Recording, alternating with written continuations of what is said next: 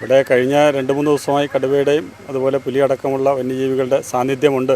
എന്തായാലും കഴിഞ്ഞ കുറച്ച് ദിവസങ്ങളായിട്ട് ഇവിടെ സ്ഥിരമായ സാന്നിധ്യമുണ്ട്. ഈ കേളകം പഞ്ചായത്തിലെ ഈ കരിങ്കാപ്പ് മേഖലയിൽ അതുപോലെ തന്നെ രാമച്ചി ശാന്തിഗിരി മേഖലയിലും വന്യമൃഗങ്ങളുടെ നല്ല സാന്നിധ്യമുണ്ട്. അപ്പോൾ ഇത് എങ്ങനെയാണ് ആദ്യം ആൾക്കാർ കണ്ടത്, എങ്ങനെയാണ് വിവരം അറിഞ്ഞത്? രാവിലെ ടാപ്പിംഗ് കഴിഞ്ഞ് പോയ ആളുകളാണ് കടുവയെ കണ്ടത്. അവർ അതിൻ്റെ വീഡിയോ പകർത്തുകയും എല്ലാവരിലേക്കും എത്തിക്കുകയാണ് ചെയ്തിട്ടുള്ളത്.